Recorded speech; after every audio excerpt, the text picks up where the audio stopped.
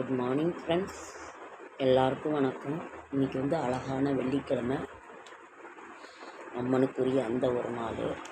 நமக்கு இன்னும் நாம் எல்லாமே போர் முடிஞ்சிருச்சுன்னு நம்ம நினச்சோம். மனசு ரொம்ப அதுதான் கஷ்டமாக இருக்குது. இன்னொன்று எலெக்ஷன் தேர்தலினோட இது இருக்குது. அது எனக்கு ஒன்றும் தெரியல. ஆனால் உலகப்போர் அடங்கிருச்சுன்னு நினச்சோம். மறுபடியும் இதாவது கடவுள் என்ன நினைக்கிறாரோ அது நமக்கு தெரியாது. அமைதி வேணும்னு மட்டும் நம்ம பிரார்த்தனை செய்வோம். ஒன்றும் புரிய மாட்டேங்குது. வெள்ளிக்கிழமை எத்தனை உயிர்கள், எத்தனை பொருட்செலவு, எத்தனை பேர் சாப்பிடாமல் இருக்காங்க. அவங்களுக்கெல்லாம் அது போய் பயன்பட்டால் கூட போதும். பேசி தீர்க்கலாம். ஒருவர் விட்டு கொடுத்து எது உலகிற்கு நல்லதோ அதையும் நாம் செய்யலாம். அதனால் நான் என்ன பண்ணுவாங்கன்னு எனக்கு தெரியும். நம்மெல்லாம் ஒரு கோடியில் ஒரு துகள், ஒரு மண், ஒரு மணலில் ஒரு சிறு மணல் துண்டாக கூட நம்ம இருக்க மாட்டோம். அவ்வளோ ஒரு இது அவர்களுக்கு தெரியாததா? ஓகே ஃப்ரெண்ட்ஸ், இறைவனிடம் பிரார்த்தனை செய்வதை தவிர நமக்கு வேறு என்ன இருக்க முடியும்? ஓகே ஃப்ரெண்ட்ஸ், இன்றைக்கி வெள்ளிக்கிழமை. இன்றைக்கி முக்கியமான இது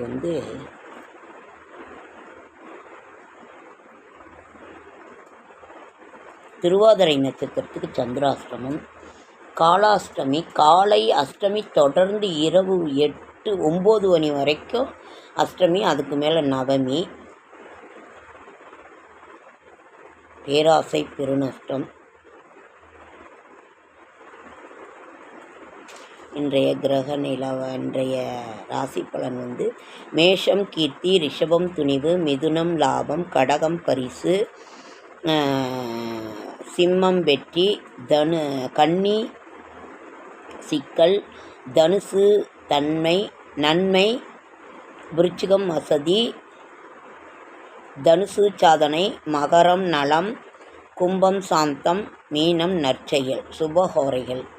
நாளைய விசேஷங்கள். இன்றைக்கி வெள்ளிக்கிழமை, நம்ம அம்மனுக்குரிய அந்த ஒரு நாளையும் எடுப்போம்.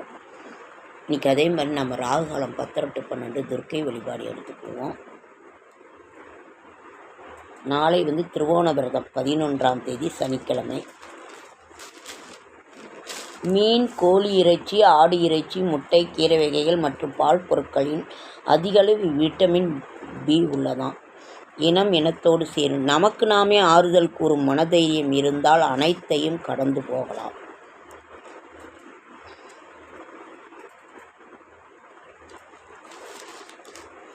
பச்சை பயிர் எலும்பு வளர்ச்சிக்கு, இரத்த ஓட்டத்திற்கு, தசைகள் வலுவாக்கு உதவுகிறது. நம் வளர்ச்சியை தடுக்க எப்போதும் எதிர்ப்புகள் வரும்.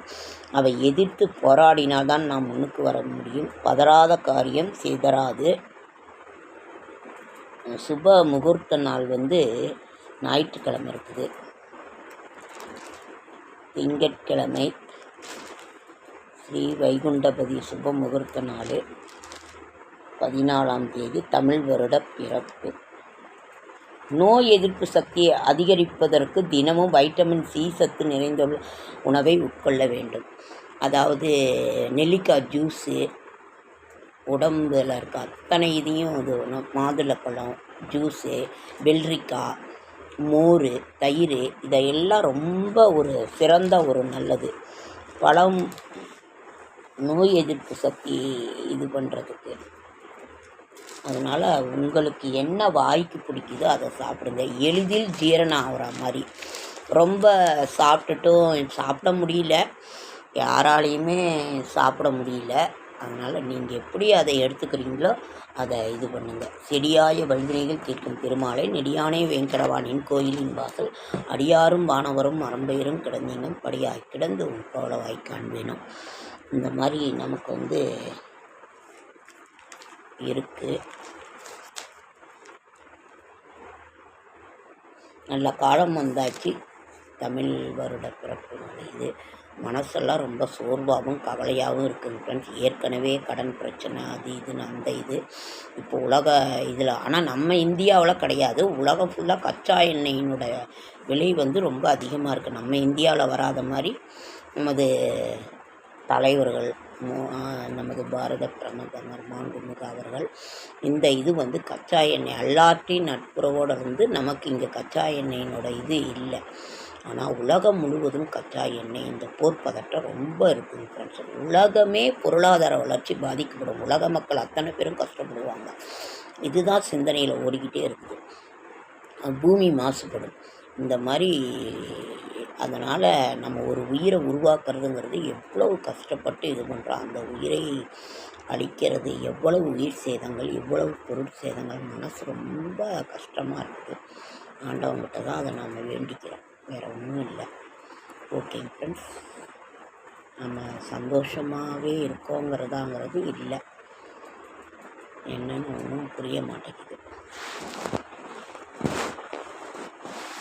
ஓகேங்க ஃப்ரெண்ட்ஸ், அடுத்த வீடியோவில் சந்திக்கலாம். மருத்துவ குறிப்பில் தான் நம்ம எளிதில் ஜீரணமாகிறது. காரம் அதிகமாக சாப்பிடாதே, பச்சை மிளகா இதுன்னு காரம் ரொம்ப அதிகம் சேர்த்துக்காதீங்க உடம்புல. மோர் தயிரெல்லாம் சாப்பிடுங்க. எளிதில் ஜீரணமாகிறத சாப்பிடுங்க. ஒரு சிலருக்கு உடம்பு கொத்துக்கலைன்னா அதை இது பண்ணாதீங்க. நான் உங்கள்கிட்ட ஆஞ்சியோங்கிறது என்னன்னு கேட்டிருந்தேன். அதுக்கும் நீங்கள் கமெண்ட்டில் பதில் சொல்லுங்கள். நீங்கள்லாம் எப்படி இருக்கீங்கங்கிறதையும் கமெண்ட்டில் சொல்லுங்கள்.